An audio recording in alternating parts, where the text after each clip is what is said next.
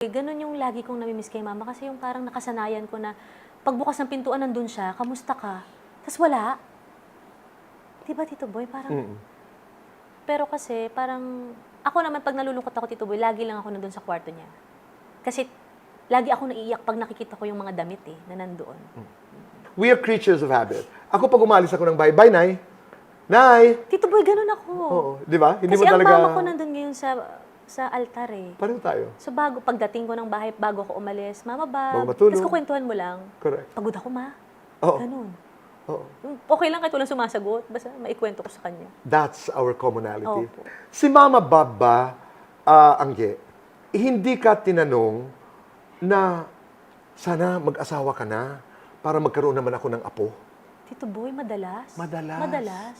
Okay. Madalas, Tito Boy. Kasi sabi ko nga sa kanya, bakit mo ba ako laging kinukulit na mag-asawa?